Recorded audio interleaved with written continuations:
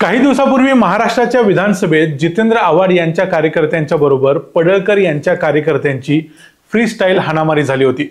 त्याच्यापूर्वी शरद पवारांची तुलना पडळकरांनी कोरोना बरोबर केली होती।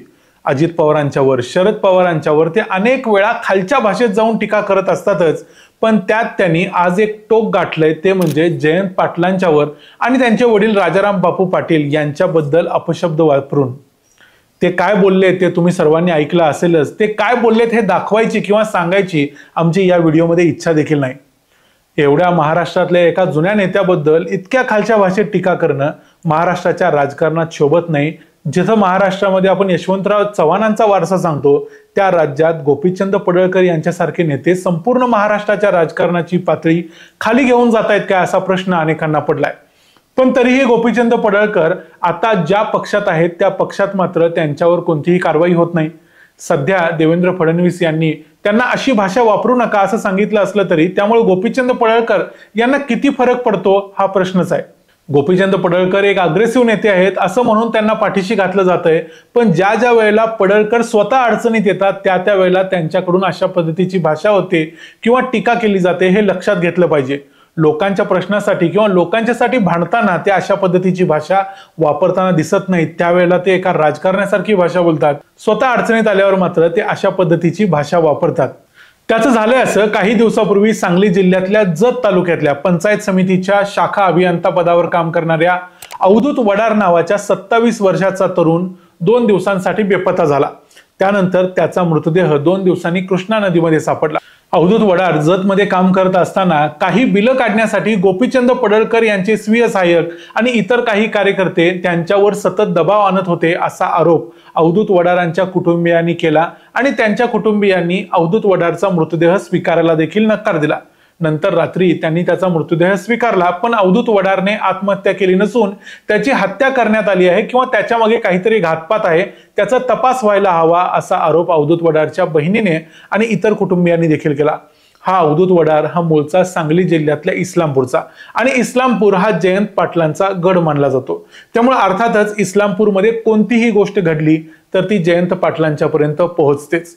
त्याप्रमाणे मग जयंत पाटलांनी अवधूत वडारच्या या आत्महत्या किंवा जो खून असेल तर खून या प्रकरणामध्ये लक्ष घातलं आणि इथून पुढे या प्रकरणाची सुरुवात होते। एक तिथले आमदार म्हणून किंवा त्या भागातले एक नेते म्हणून त्यांनी जे केलं त्यात चुकीचं काय होतं असा प्रश्न आम्हाला देखील पडतो। पण जयंत पाटलांनी या प्रकरणात लक्ष घातल्यामुळे आपल्याला आता हे प्रकरण अंगाशी येऊ शकतं याची जाणीव गोपीचंद पडळकरांना झाली आणि जयंत पाटील जरी सध्या सत्तेत नसले तरी त्यांचे महाराष्ट्रातल्या सर्व पक्षीयांशी चांगले संबंध आहेत आणि संपूर्ण सांगली जिल्ह्यामध्ये त्यांचा दबदबा आजही चालतो।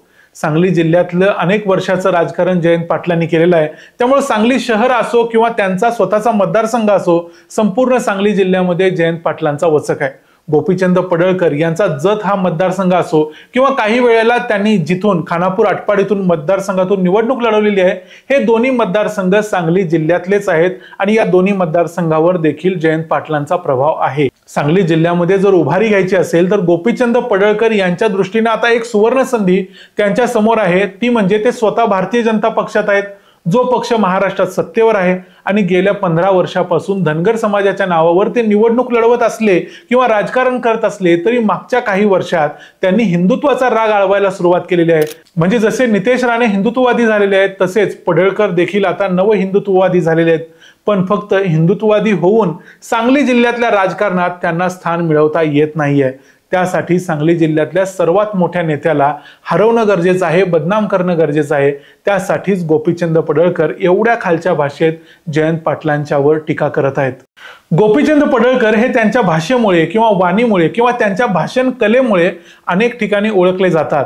त्यांच्या या भाषण कलेमुळेच कदाचित भारतीय जनता पक्षाने त्यांच्यावर प्रचंड विश्वास ठेवला आणि त्यांना विधान परिषदेमध्ये आमदार केलं।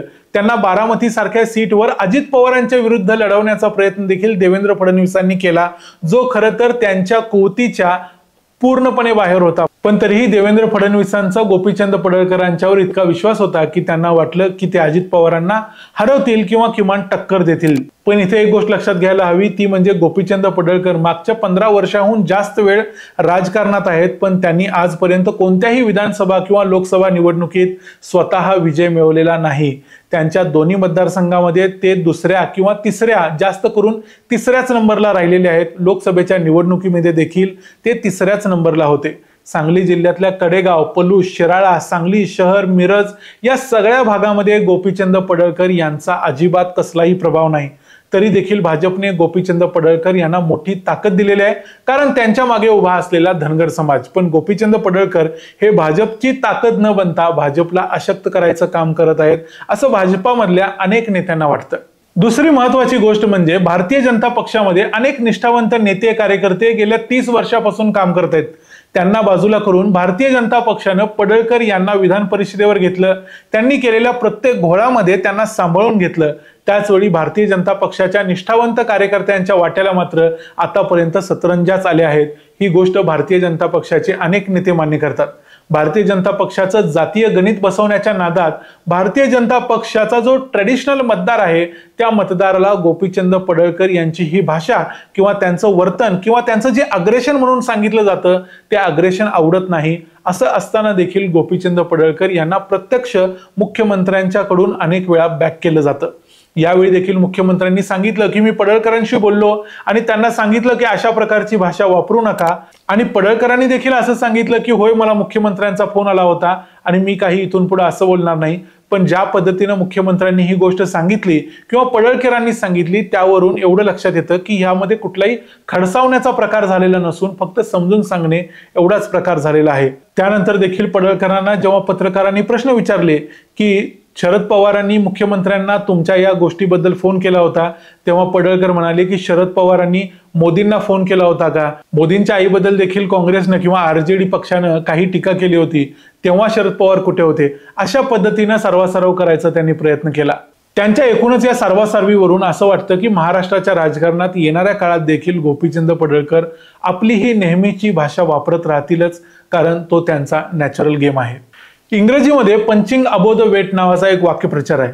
याचा अर्थ होतो, तुम्ही तुमच्या ताकदीपेक्षा जास्त मोठा प्रयत्न करता, कधी यशस्वी होता किंवा कधी अयशस्वी होता, पण तुम्ही असा प्रयत्न करताना यशस्वी झाला तर डेफिनेटली तुमचं नाव होतं। पण गोपीचंद पडळकर यांच्या बाबतीत मागच्या 10 वर्षाच्या राजकारणात तरी प्रत्येक वेळेला त्यांनी पंचिंग अबोव द वेट असाच प्रयत्न केलेला आहे आणि प्रत्येक वेळी ते अयशस्वीच राहिलेले आहेत। त्यांनी आजपर्यंत मतदारांच्या जीवावर एकही निवडणूक जिंकलेली नाही, तरी देखील महाराष्ट्रातल्या भाजपचा चेहरा बनायचा ते प्रयत्न करतायत। भाजपमधल्या कित्येक नेत्यांच्या देखील ते वरचढ ठरायचा प्रयत्न करतायत। ही गोष्ट भाजपमधल्याच नेत्यांच्या लक्षात येत नाहीये। त्यामुळं गोपीचंद पडळकर यांच्या भाषेमुळं, त्यांच्या राजकारणाच्या पद्धतीमुळं आणि नेहमीच चर्चेत आणि वादग्रस्त राहण्याच्या त्यांच्या पद्धतीमुळं ते लोकांच्या लक्षात राहतात। जयंत पाटलांच्या बद्दल ते जे काही बोलले त्याबद्दल जयंत पाटलांनी उत्तर देण्याचं टाळले। एका समजूतदार नेत्याची ही निशाणी असते, अन्यथा जयंत पाटील देखील त्यांना 4 शिव्या देऊ शकले असते, पण जी गोष्ट त्यांनी आजपर्यंत केली नाही ती इथून पुढेही देखील करणार नाहीत। पण तरीही गोपीचंद पडळकर यांच्या अशा भाषेमुळे महाराष्ट्राचं राजकारण गलिच्छ होत चाललंय का? याबद्दल तुम्हाला काय वाटतं ते आम्हाला कमेंट्समध्ये जरूर सांगा। व्हिडिओ आवडला असेल तर व्हिडिओला लाईक करा, चॅनलला सबस्क्राईब करा। पुन्हा भेटू पुढच्या व्हिडिओमध्ये, तोपर्यंत पाहत राहा द मराठी बाणा। जय हिंद, जय महाराष्ट्र।